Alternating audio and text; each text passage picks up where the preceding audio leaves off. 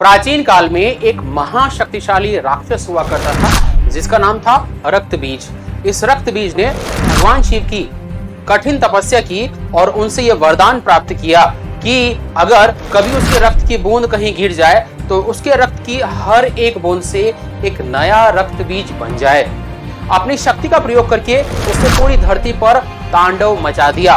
अंत में माँ दुर्गा को माँ काली के साथ आना पड़ा और इस राक्षस का सर्वनाश करना पड़ा।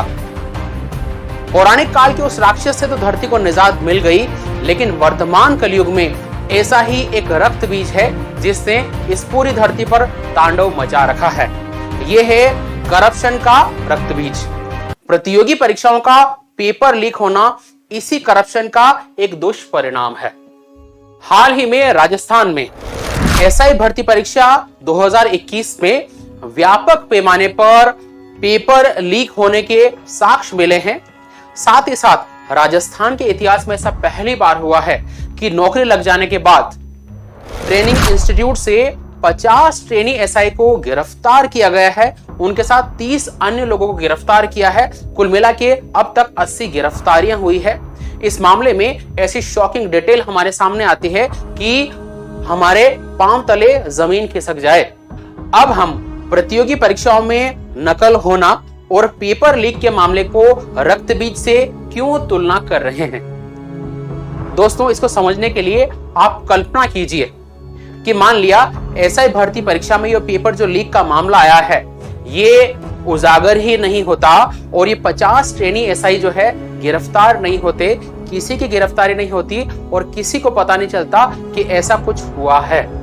यानी कि ये 50 ट्रेनी एसआई सर्विस में आ जाते और किसी को पता नहीं लगता, क्योंकि इन 50 ट्रेनी एसआई ने 20 से 25 लाख रुपए देकर पेपर खरीदा था और फिर ये उस परीक्षा में पास हुए थे। तो सर्विस में आने के बाद इनकी पहली प्राथमिकता क्या होती? क्या जनता की सेवा करना एक इनका लक्ष्य होता? नहीं, इनकी पहली प्राथमिकता होती कि जितना जल्दी हो सके ये 20 से 25 लाख रुपए जो इन्होंने दिए हैं वो तुरंत से कमाए। इसके लिए सबसे शॉर्टकट तरीका इनको क्या दिखता? भ्रष्टाचार करना। इनके लिए भ्रष्टाचार करना काफी आसान होता क्योंकि ये खुद भ्रष्ट तरीके से सेवा में आ चुके होते। क्योंकि ये लोग 35 से 40 साल नौकरी में रहते और नौकरी के शुरू के टाइम में फटाफट से ज्यादा पैसा कमाने की फिराक में अपने वो 20 से 25 लाख रुपए जहां से भी उधार लिए उसको चुकाने की फिराक में ज्यादा से ज्यादा करप्शन करते। उसके बाद जब इनको ये करप्शन की कमाई दिखती तो ये बाद में और ज्यादा करप्शन करते, खुद के लिए बड़ा बंगला खड़ा करते, बड़ी बड़ी गाड़ियां खरीदते और अपना जो है पैसे का दिखावा करते। ये सारी बातें हम इसलिए कह रहे हैं कि करप्शन ही करप्शन को बढ़ावा देता है। अगर कोई इंसान करप्ट तरीके से सेवा में आया है तो ज्यादा चांसेस है कि वो बाद में भी करप्शन करेगा। 35-40 साल की सेवा में ये बहुत सारे लोगों को परेशान करते, बहुत सारे लोगों से पैसा ऐंठते और करप्शन को चरम सीमा पर पहुंचा देते। इनके बहुत सारे पैसे को देखकर इनके घर वाले, इनके रिश्तेदार, इनके जानकार भी ये कहते कि हमारा फला रिश्तेदार है जो ऐसा ही है और उसने बहुत सारा अकूत संपत्ति इकट्ठी कर ली है। इससे होता ये कि इतने सारे लोगों में से कुछ लोग करप्शन की तरफ आकर्षित होते। इस एसआई भर्ती परीक्षा का मास्टरमाइंड था जगदीश बिश्नोई, जिसने सबसे पहले ये पेपर लीक कराया और इस पेपर को अपनी गैंग की सहायता से काफी सारे विद्यार्थियों में फैलाया। अंत में 50 विद्यार्थियों ने अभी तक पकड़े गए सबूतों के आधार पर इस पेपर में नकल की। ये संख्या और भी आगे बढ़ सकती है। कुल मिला के इस चेन की शुरुआत होती है एक व्यक्ति से और ये पहुंचता है 50 के पास। और जो केस हमने कंसिडर किया है, जो कल्पना हम कर रहे हैं, उस दुनिया में ये लोग 35 से 40 साल की अपनी सेवा के दौरान भयंकर करप्शन करते और कई लोगों को करप्शन से प्रभावित करते। वो लोग भी करप्शन को लेके आकर्षित हो सकते हैं। कुल मिला के ये एक इन्फेक्शियस डिजीज की तरह केस है, या आप इसको हॉलीवुड की ज़ॉम्बी मूवी से कंपेयर कर सकते हैं। ज़ॉम्बी वो लोग होते हैं जो किसी संक्रामक बीमारी से ग्रस्त हो जाते हैं और ये ज़ॉम्बी जो है दूसरे नॉर्मल लोगों को काट लेते हैं, वो नॉर्मल लोग भी ज़ॉम्बी बन जाते हैं और इस तरीके से चेन स्टार्ट होती है। ये यहां पर हमारे इस केस में ऐसा ही कुछ हो रहा है। एक व्यक्ति ने करप्शन किया या एक व्यक्ति ने पेपर लीक कराया, उससे 50 लोग अफेक्ट हुए और ये 50 लोगों ने जीवन पर्यंत अपनी पूरे सेवा काल के दौरान इस करप्शन को फैलाया। इसीलिए हम इस मामले की तुलना कर रहे हैं रक्त बीज मामले से। ये मामला इन 50 फर्जी ट्रेनी एसआई तक सीमित नहीं है जिनकी गिरफ्तारी हुई है। जगदीश बिश्नोई से जब पूछताछ की गई तो ये पता चला कि नकल कराना तो उसका बिजनेस है। वो पिछले 19 से 20 सालों तक इस काम में लगा हुआ है और उसने कई प्रतियोगी परीक्षाओं के पेपर लीक कराए हैं। उसकी गैंग में 100 से भी ज्यादा एक्टिव मेंबर है जिन्होंने कई परीक्षाओं के पेपर लीक कराए हैं। कुल मिला के कई सारे ऐसे सरकारी ऑफिसर हैं जो जगदीश बिश्नोई की मदद से नौकरी में आए हैं और निश्चित रूप से क्योंकि वो लोग करप्ट तरीके से सेवा में आए हैं तो वो भी करप्शन कर रहे होंगे। अब हमारी ये जो प्रॉब्लम है नकल गिरोह वाली, वो एक्सपोनेंशियली तब बढ़ जाती है जब हमें पता चलता है कि दैनिक भास्कर की एक रिपोर्ट ये कहती है कि जब जगदीश बिश्नोई से पूछताछ की गई तो उसने बताया कि सिर्फ अकेली उसकी गैंग नहीं है। जोधपुर क्षेत्र में उसकी गैंग पेपर लीक कराती है तो बीकानेर क्षेत्र में तुलछाराम और पौरव जो चाचा भतीजा की जोड़ी है वो गैंग सक्रिय है।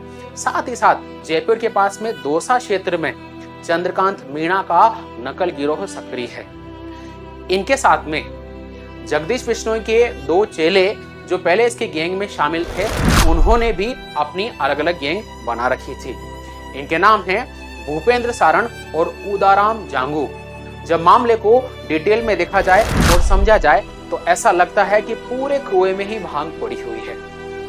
हाल ही में आरपीएससी ने नगर निगम के ईओ आरओ एग्जामिनेशन को रद्द कर दिया है इस ग्राउंड पर कि ब्लूटूथ से इस पेपर में जो है नकल करने के साक्ष्य मिले हैं।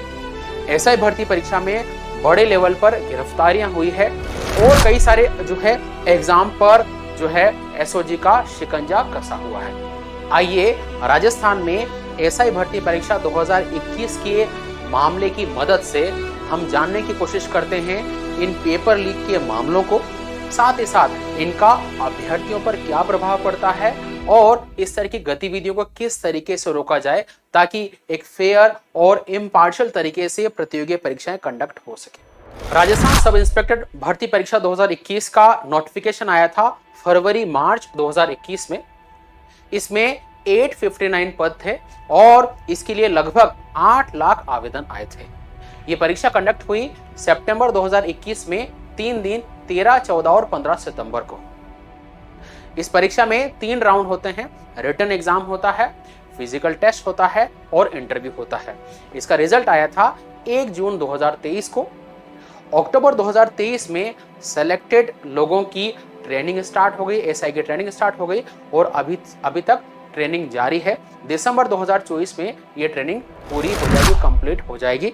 इस परीक्षा को टॉप किया था जालोर के सांचौर के नरेश खिलेरी ने। अब एसआई भर्ती परीक्षा में व्यापक स्तर पर पेपर लीक का प्रकरण सबके सामने कैसे आया, ये मुद्दा इतना हाईलाइट कैसे हुआ। जब से एसआई भर्ती परीक्षा का रिजल्ट आया था उस टाइम पर राजस्थान पुलिस और एसओजी यानी स्पेशल ऑपरेशंस ग्रुप को इस परीक्षा के बारे में कई सारी शिकायतें मिली थी, कई इनपुट मिले थे। इस मामले में पहली गिरफ्तारी होती है 2 फरवरी 2024 को, जब डालूराम नाम के अभ्यर्थी की शिकायत मिलती है राजस्थान एसओजी को। जब मामले की इंक्वायरी की जाती है, उसके डॉक्यूमेंट को वेरीफाई किया जाता है, उसके थंब इंप्रेशन, हैंडराइटिंग को देखा जाता है, तो पता चलता है कि डालूराम ने तो परीक्षा दी ही नहीं थी। डालूराम की जगह हरीश नाम के एक अभ्यर्थी ने परीक्षा दी थी। डालूराम ने अपना फिजिकल टेस्ट दिया और फाइनली वो परीक्षा में सेलेक्ट हो गया और वो ट्रेनिंग कर रहा था। उसको गिरफ्तार कर लिया जाता है। तो कुल मिला के ये एक डमी कैंडिडेट का मामला था।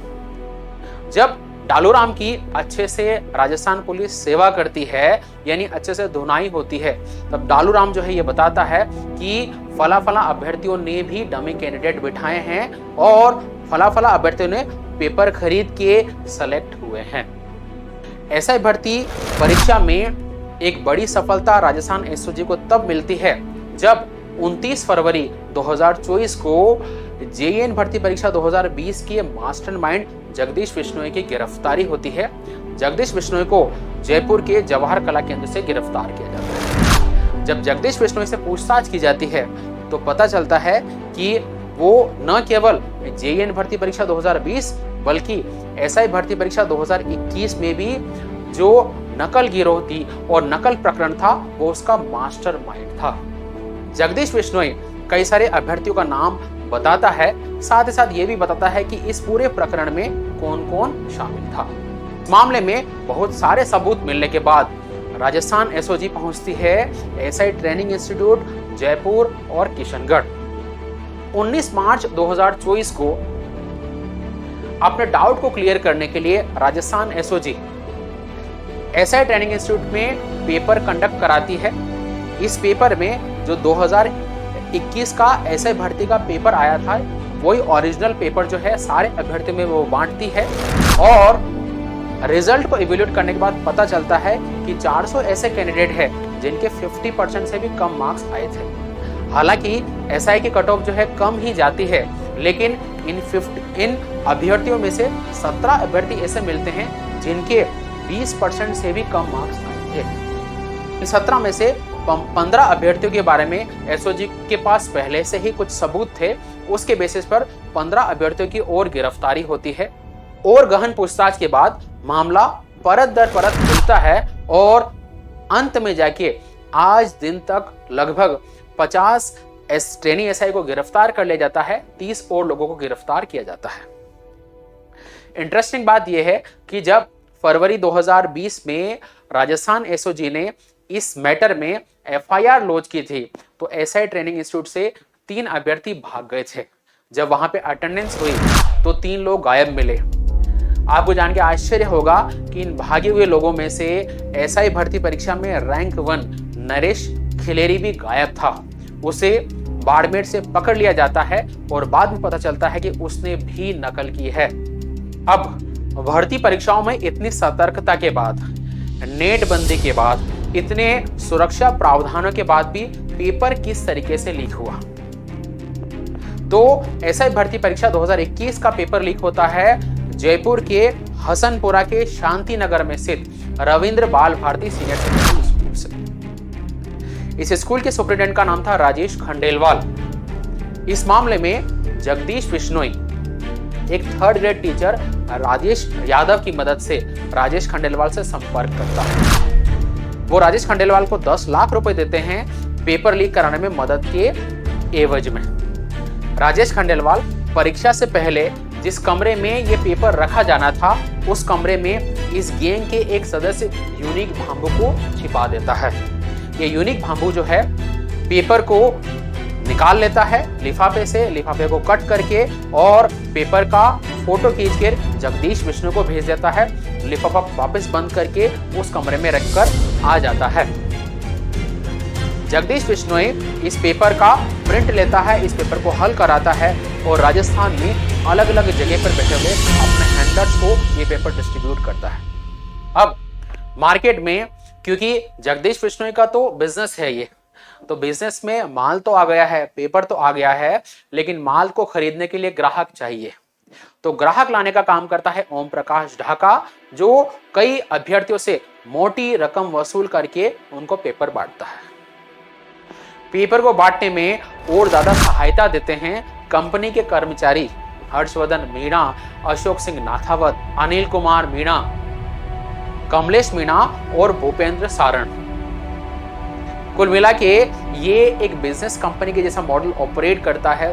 पेपर को लीक कराना यानी कि माल आ गया है, विद्यार्थियों को ढूंढना यानी कस्टमर को ढूंढना और उनको माल की सप्लाई करना। तो ये पूरा ऑर्गेनाइज क्राइम की फॉर्म में ये बिजनेस काम कर रहा है।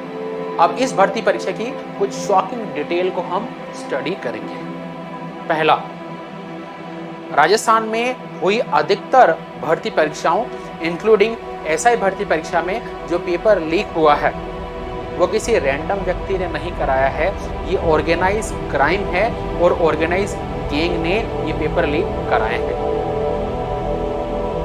ये पेपर लीक होते हैं well planned, well executed strong network की मदद से। आप यहाँ पर देख सकते हैं किस तरीके से प्रॉपर प्लानिंग जगदीश बिश्नोई ने की थी और किस तरीके से साठ घाट करके ये पेपर लीक कराया था।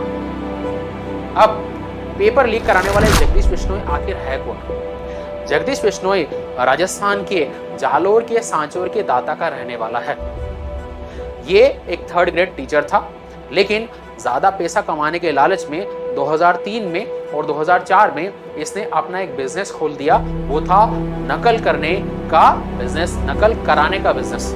जब इस धंधे में बहुत सारी कमाई हुई तो जगदीश बिश्नोई की कंपनी में और कई सारे कर्मचारी जुड़े जिनको तुरंत पैसा कमाना था। इन कर्मचारी में 2 कर्मचारियों का नाम है भूपेंद्र सारण और उदाराम जांगू। टीवी राजस्थान की रिपोर्ट कहती है कि जगदीश बिश्नोई की गैंग में 100 से भी ज्यादा सक्रिय मेंबर है। पिछले 20 सालों से ये गैंग राजस्थान में सक्रिय है। टीवी राजस्थान की रिपोर्ट के अनुसार इस गिरोह में 100 से भी ज्यादा सक्रिय सदस्य है। इस गैंग पर आरोप है कि इसने राजस्थान में जूनियर अकाउंटेंट, इसके अलावा Rajasthan police constable, Rajasthan roadways bus conductor, nursing भर्ती परीक्षा, द्वितीय ग्रेड शिक्षक भर्ती परीक्षा जैसी कई भर्ती परीक्षाओं के पेपर लीक कराए हैं। पिछले 19 से 20 सालों से ये गैंग राजस्थान में सक्रिय है। जगदीश बिश्नोई पर पुलिस ने 11 मामले दर्ज कर रखे हैं। 5 बार ये जेल जा चुका है और 2010 में जेल जा चुका है और 2010 में ही इसको सेवा से निलंबित भी किया जा चुका है।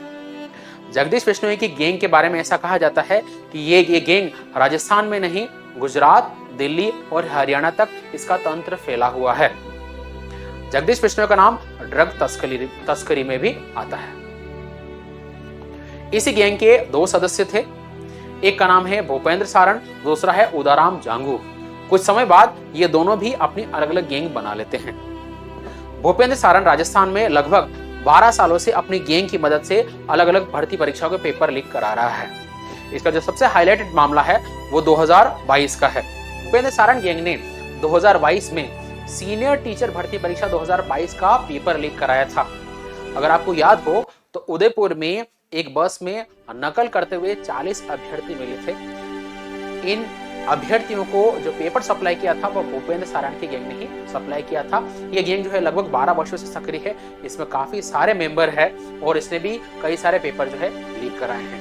पेपर लीक मामले में अगली गैंग आती है जगदीश बिश्नोई के ही चेले उदाराम जांगू की गैंग। उदाराम जांगू की गैंग में भी कई सारे सक्रिय सदस्य हैं और उन्होंने भी वो गैंग जो है पिछले 10 सालों से अलग अलग पेपर लीक करा रही है। इस गैंग पर यह आरोप है कि इसने रीट भर्ती परीक्षा 2015, 2017, 2021 के पेपर लीक कराए हैं। कुल मिला के भर्ती परीक्षाओं के जो पेपर है वो संगठित अपराध के रूप में संगठित गैंग लीक कराती है, न कि कोई इंडिविजुअल्स। ऐसा ही भर्ती परीक्षा पेपर लीक प्रकरण में दूसरी शॉकिंग डिटेल हमारे सामने आती है। इसमें आरपीएससी के 2 सदस्यों का इन्वॉल्वमेंट। इनफैक्ट आरपीएससी के 2 सदस्य रामूराम रायका और बाबूलाल कटारा इस मामले में गिरफ्तार हो चुके हैं। Rajasthan SOG SI training institute से देवेश रायका और शोभा रायका नाम के 2 ट्रेनिंग एसआई को गिरफ्तार करती है। जब इनसे पूछताछ की जाती है तो ये पता चलता है कि इनको तो एक पेपर इनके पिताजी ने 6 दिन पहले ही दे दिया था। यानी कि दोनों को आराम से 6 दिन का टाइम मिला जो है परीक्षा के उत्तर याद करने का। इनके पिता का नाम है रामूराम रायका, जो आरपीएससी के सदस्य थे। 2018 से लेकर 2022 तक रामूराम रायका आरपीएससी के सदस्य रहे। ये काफी शॉकिंग डिटेल थी और इस न्यूज ने मीडिया की सुर्खियां बटोरी, क्योंकि आरपीएससी के सदस्य का इस तरीके के मामले में इन्वॉल्वमेंट काफी शॉकिंग था। ये दिन जब इन बच्चों को आराम से पेपर जो है कि उत्तर याद करने का टाइम मिला तो इसकी मदद से शोभा रायका की 5वीं रैंक बनी, जबकि देवेश रायका की 40वीं रैंक बनी और ये दोनों आराम से परीक्षा में सेलेक्ट हो गए।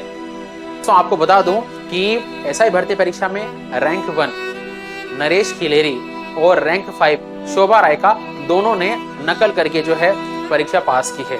आप ये देखिए कि कैसा पुठारा गाथ है कि ये रैंक 1 के लिए 2 कैंडिडेट में फाइट चल रहा है।